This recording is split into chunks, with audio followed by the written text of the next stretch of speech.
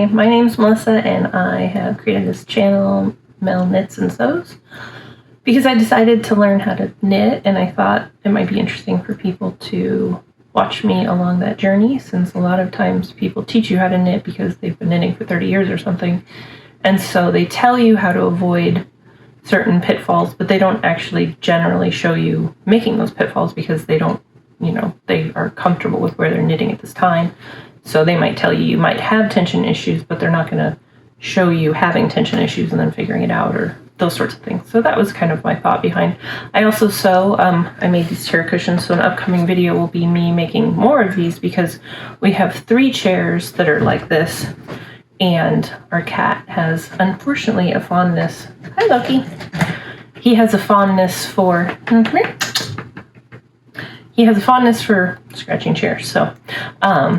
I have a completely destroyed leather chair that we don't want that to happen to these chairs. So I'm going to be making a video about making these chair cushions. Probably will be uploaded next week. So for now, we're going to get into my knitting journey.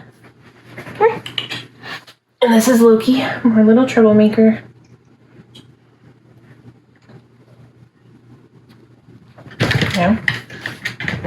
So yeah. Let me know if you have any questions in the comments, if you'd like me to knit certain things. I'm going to be starting out with an exciting dishcloth, and then we will be working from there. Okay, so I had a fun little trip to Joann's, and I picked up some very beginner level knitting stuff. So these are 5mm needles. They're bamboo. So what I've done the research of is that bamboo is like it's a little grippy, so the stitches won't slide off like on a metal needle, and that's easier for beginners. So I have never knitted before, so I'm just taking the advice of other people.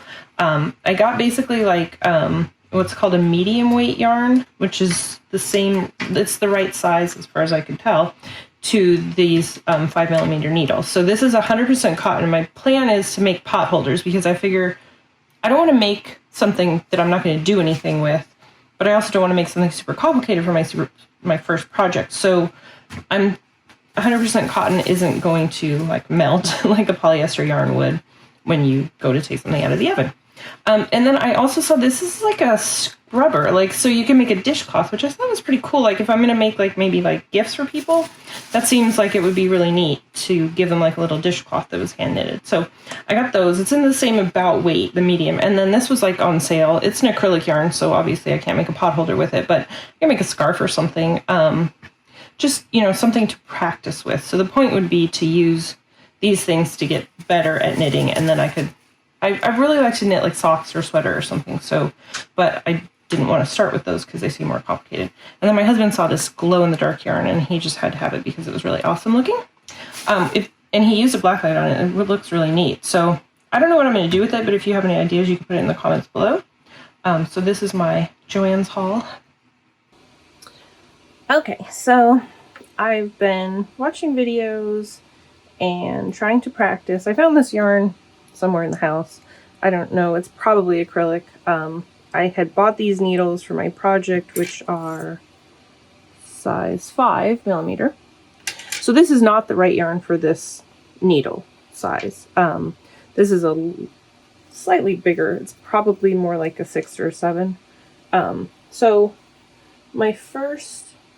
I'm showing this because knitting is a lot harder than I thought it would be, and I thought it might be helpful to some of you to see that nobody starts out like knitting wonderfully well, maybe some people, but not me. So this is my first little, my little swatch. I didn't even bind off. I didn't know how to do that yet. The tension's terrible, like there's cat hair in it, that doesn't help either. I didn't do anything with the ends at all. It's obviously not very good. But that's just, this is literally the first thing I've ever knitted. So what I ended up doing was I saw somewhere that it actually helps to do a little bit every day, and then it kind of helps you to learn better.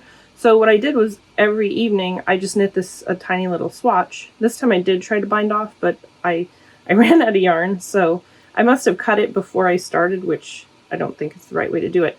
But again, it's kind of a mess. I'm not sure exactly what order this one and the last one is, but there's some kind of huge like tension issue here. I've seen in a lot of videos that people who are, sorry, that wasn't very helpful. The people who are starting to knit, they do it really tightly because they're afraid that it's going to fall off the needle. So I definitely have that going on. At this point, I got pretty frustrated with just how just yucky it looked. So I thought, well, maybe the problem is more in the yarn that I'm using and the fact that it's not the right for my needle. I also read or saw in a video that you're best off starting out with a big chunky yarn and like a 8 or a 10 millimeter needle. So if I had to start over and buy the stuff first, because I'm trying not to spend a lot of money in this until I know that I really like knitting and that I'm actually kind of good at it. So I would start with a big chunky yarn, and then I would, no, Loki, sorry, my cat. Then I would buy a big chunky yarn and bigger needles to start off with. But I had bought this, it's the right size for my needle. Oh, well, slightly, 4.5 millimeters. So I need slightly smaller needles for this. But, so this was my first project with that. I made a slightly bigger swatch. I was happier with it. I mean, you could still see there are tension issues, and like I have issues with the edges, but again, I've seen that that's pretty normal for new knitters. This is just the garter stitch, which is knit front and back. So you end up with knitting stitches on one side and purling stitches on the other. So the next thing I tried was the stockinette stitch, which is where you knit one row and then you purl the other row. So it's all purl on the back. But you could see I've got holes. The tension's not great again, but I was a lot happier with this. I actually like the stockinette stitch a lot better looking than the garter stitch. And again, I did bind off the edges, but I didn't do anything. I don't actually have a tapestry needle yet. I'm going to get one. That's one of the next things I want to do. So I decided that my first project is just going to be this basic dishcloth from Lily Sugar and Cream, because I don't have the striped one. I just have one that's variegated, but I figure it'll look cute. So this is, again, this is calling for 4.5, so apparently I didn't do enough research, because this says that it's a, does it say 4? I can't even read. Yeah, 4.5. So my needles are slightly too big, but it's better than when I was knitting with that thicker yarn. So what I did was, last night I did the gauge, which is what you're supposed to do to make sure that your knitting needle and your knitting style mesh with the pattern so that you get whatever size the pattern is telling you. And in this pattern, it's for very new beginners because it shows you how to cast on, it shows you how to knit, and then it shows you how to bind off, and even to weave in the ends. So even though I've tried a couple different cast on methods, and I don't particularly like this one the best, I actually like the long tail one the best.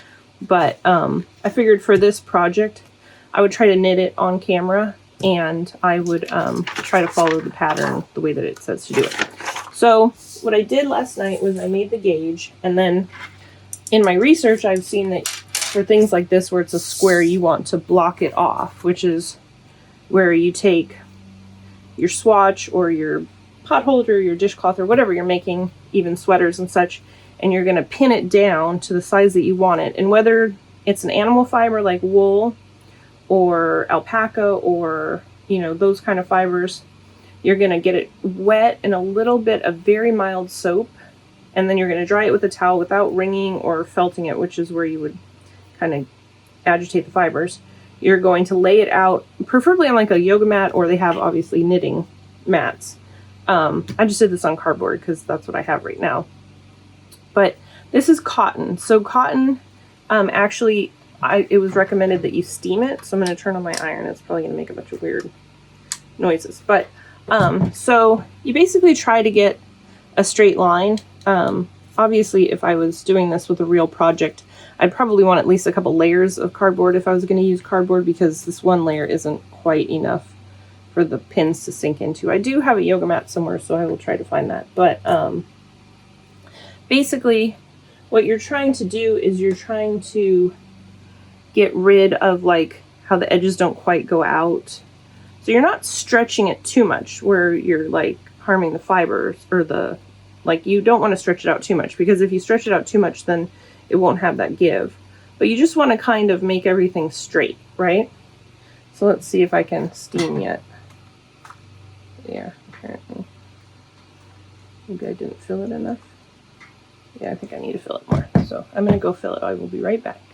Okay, so I filled it up completely and it's hot. So please don't take anything in this video as advice or how to do something correctly, because I'm sure none of it is correct. But the point of the video, I think, is to help people who are just starting out to realize that when people make it look easy, it's because they've practiced a lot, or they're just one of those kinds of people that knows how to do things like the second that they try, like my husband. So basically, for us normal people, it's just a lot of practice. So obviously this looks better than my first, but it's still like, first of all, it's larger than it should be because of the needles. The tension's still not right. Some of it's like too loose and most of it's too tight. So I think it's just a lot of practice. So from what I understand, when you are doing cotton or even some acrylics, you don't want to go too hot with the steam, but in order to block it, you want to just kind of, and the person I saw doing this was actually using like an actual steamer, and I have one of those. It's not like easy to get to, so my iron works better. So you just kind of steam it a little bit, and I guess that's enough. I'm not really sure, but this helps it to remember the shape, I guess. Now, if this is a dishcloth, which is what my actual pattern's going to be of, it'll be slightly larger than this because it's supposed to be about twice this size. So if it's a dishcloth, obviously it's not going to stay in shape. It doesn't really matter. It's going to be, thrown in the wash after you wash dishes with it or whatever you use it for. You probably even use it for a washcloth in the shower. But the other thing that I have, which I think would also make a cool dishcloth, is the scrub off, which has this like textured part. So it's also a variegated, so it'll make kind of an interesting swatch. And it's got this scrubby part. And so I'm interested to see, that's what I'm going to use next. So once I make this project, I'm probably going to make the exact same dishcloth out of this and just see what it looks like and what it feels like, and then maybe I'll kind of make a bunch of those, because I think the only way to get really good at knitting, obviously, is to just keep practicing. So I'm going to set it up so that you can watch me knit, but I'm not going to do it in like a tutorial style because I don't feel like I know what I'm doing enough to teach anyone how to do it, just so you can see that the difference between someone who just barely knows how to knit versus someone who's very good. So anyway, I will be back soon. Okay, let's see how this works. So I got a white background and a light, hoping that it will help us to see. So here is my yarn. Here is so we're going to cast on 38 stitches. So I will put my ball of yarn up here. And the first thing we need is a slip knot. So we will do the slip knot. Okay. And then I'll get my tail yarn out of the way. We are going to go around so that we have two stitches, and then we're going to get them onto the left needle. So, nope, I did something wrong. All right. So,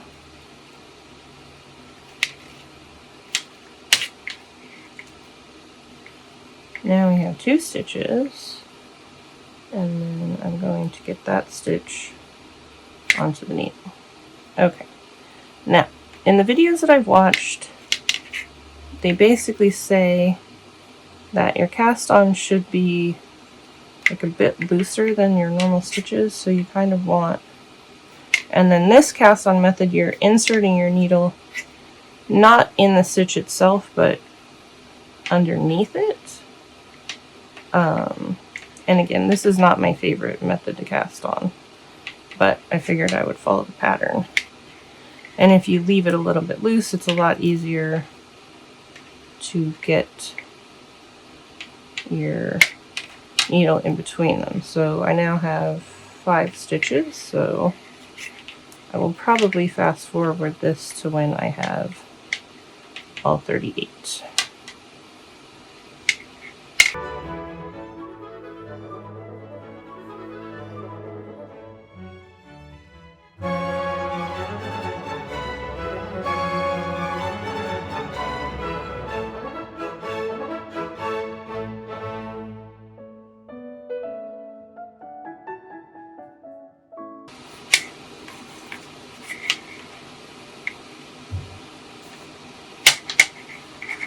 There, you see I didn't grab the whole thing.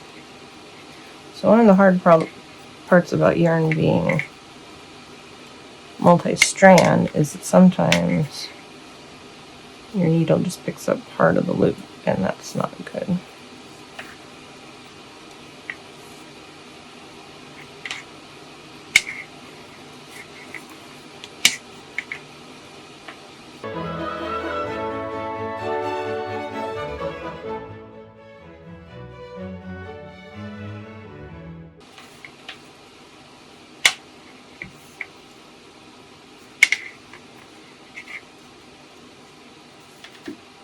Alright, so that should be 38.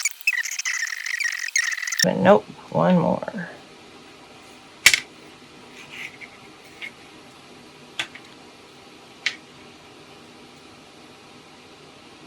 It feels weird. Alright, probably got into one of the stitches instead of behind it.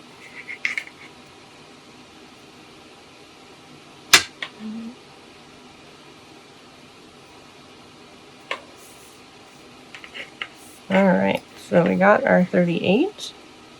So now, basically the whole pattern is just a garter stitch. You're going to want to make sure that all your stitches are down here at the bottom of the needle like this. And then you'll start the project. You're going to knit the first row, then you're going to knit the second row, so the wrong side and the right side. And you're going to repeat these 2 rows for garter stitch pattern, continue in pattern as established until work from beginning measures 8 inches. So I probably need my measuring tape as well. So let's see. So this is like 6 inches. So I'm not sure how, if it's supposed to be, I assume it's supposed to be a square. But so, all right, we will scrunch these up closer to the beginning of the needle. And then we are knitting, so you go in, the yarn needs to be behind, and then you're going to go over it.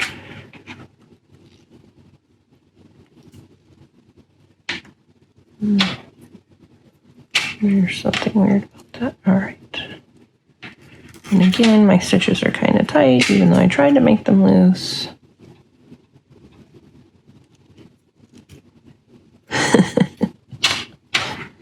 Okay, so obviously this is how not to knit.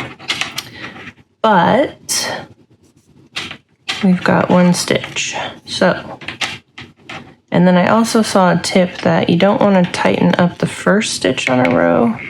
You want to tighten up the second stitch. So,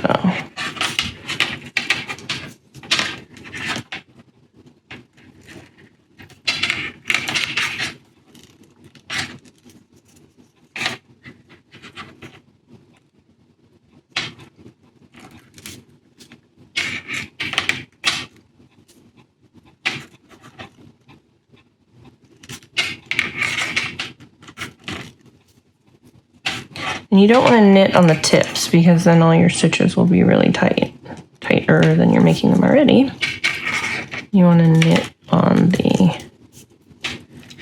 body of the needle, if that makes sense.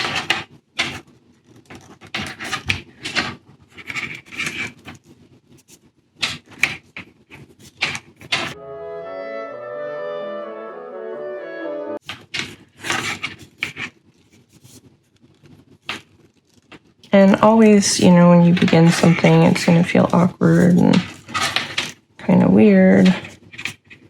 But the more you do it, The better you're going to get at it, the more natural it will feel. So just keep doing it.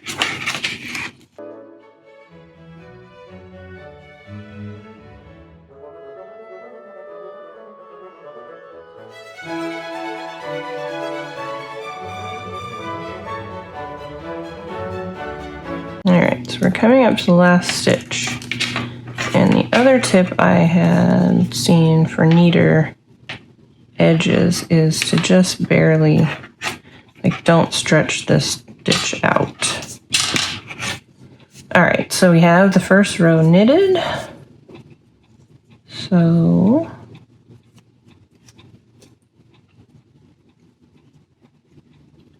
that's what it looks like on the wrong side, because we have all these little purl bumps. And then this is what it looks like on the right side, where we have all the V's from the knitting stitch. Or would that be the other side? Oh, so the first row is the wrong side. So you're knitting on the wrong side. So this will be the wrong side of the fabric, and then this will be the right side of the fabric. And so the next step is to knit again. So I will come back when I have a little bit more progress. Okay, so I have been knitting off and on today, and we're about to 4 inches, so I'm about halfway there. I had an issue with the stitch dropping off here, and it looks like I lost it. I think this is just being stretched. Still having tension issues, but overall I'm happy with the progress. I don't know exactly how much time I've spent doing this. It's just been today, in between me working and some other things. So basically, I'm just going to keep going. I'll probably finish it tonight or tomorrow morning, and then I will show you the finished product. Okay, so it is finished. The pattern says to knit it until it is 8 inches. So it is 8 inches, ending with the right side row. I believe this is the right side row because we cast on these stitches. So I could be wrong, but I believe this is the right side row because the way that we cast on should have left the tail here. So the next step is to cast off, which involves push it forward, and then we are supposed to knit 2. And then you are supposed to take the first stitch and pull it over, which is easier said than done, the second stitch, and then you're supposed to get one more stitch. And then you just keep doing this where you're like leapfrogging the stitch over, which is kind of fiddly, but I assume it gets easier.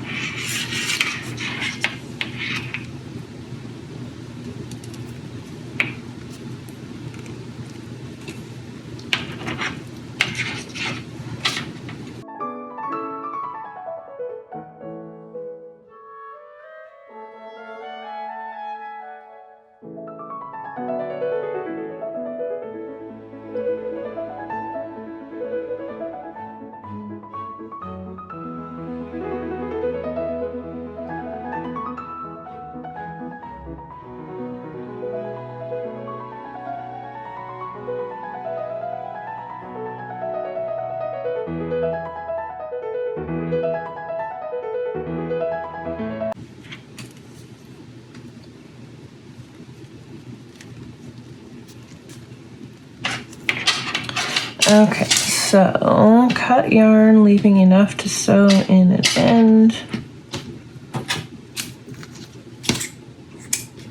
And thread through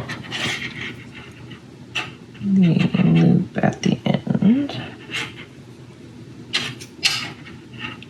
All right, so there is our finished dishcloth.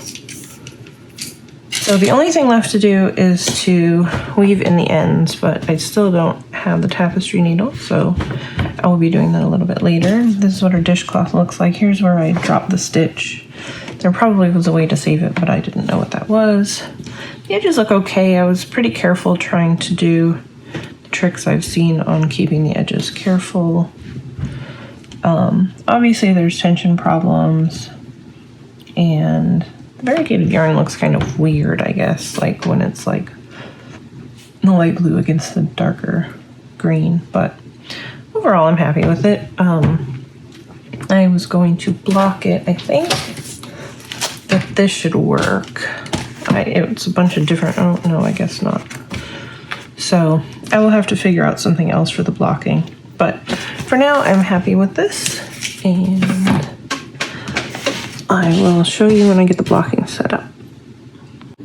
Okay, so here is the swatch that was blocked, which can actually work for a dishcloth as well. It's just a little smaller. So I found this bigger cardboard that's kind of like a honeycomb underneath, so it should be a lot better than just this little thin cardboard.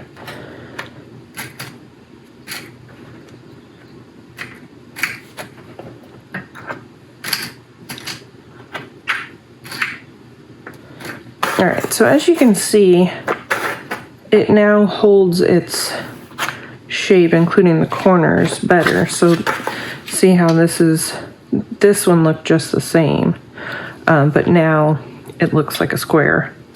So also, I feel like this is better than this tension-wise, because it seems a little tighter and such, but you know, obviously there's still issues, but I'm getting better, so that's good. All right, so we will put that aside and move this. And so this should be good, because again, you don't want to stretch it out too far. You're just kind of trying to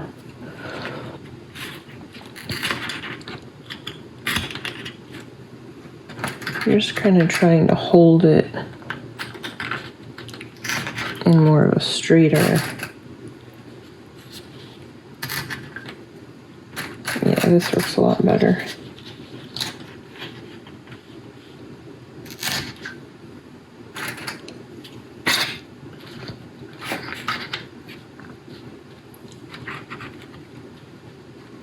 Although it doesn't go all the way down, and it's kind of loose, so I don't know.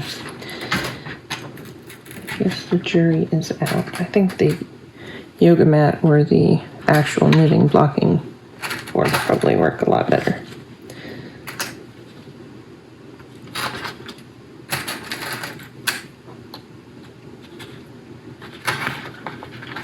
So basically you just go around pinning anything that doesn't look straight. This actually looks pretty good, so it's mostly the corners that needed it. So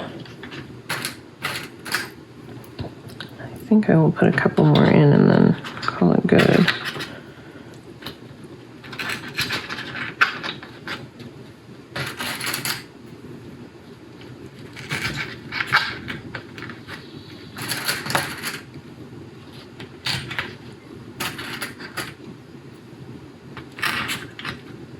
All right, so now I think my iron is heated up.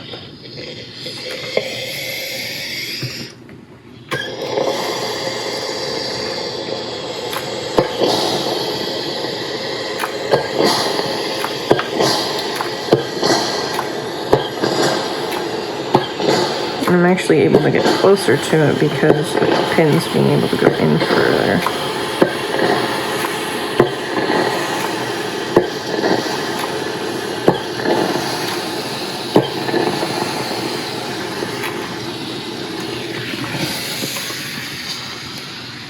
All right, so we will let that cool off, and then we will have our finished product. Make small alternating stitches into side of your work, taking care not to work too tightly.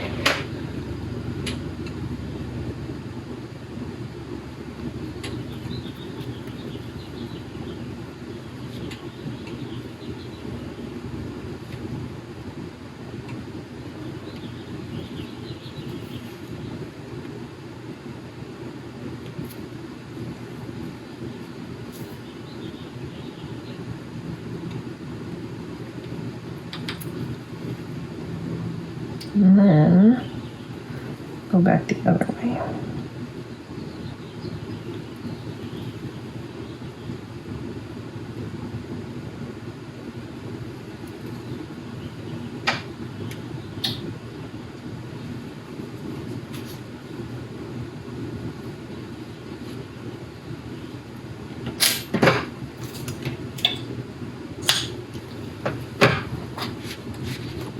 All right, so there's one end.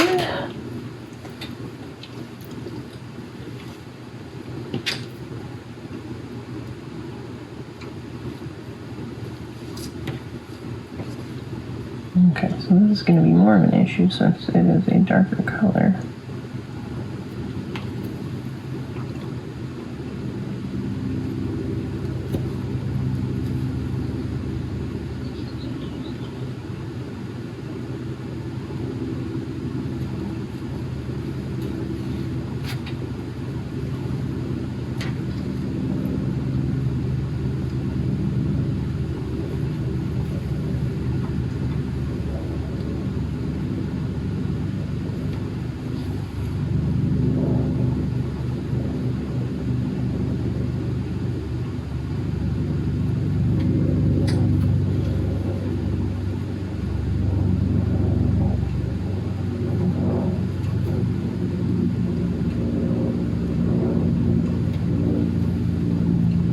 It's not too bad, it kind of disappears underneath, so that's good.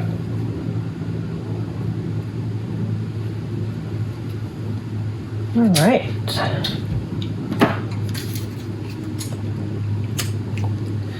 So we have our finished dishcloth. Probably could block it a little bit better, but since it's just going to be getting wet, I'm not going to worry about it. Thanks for watching.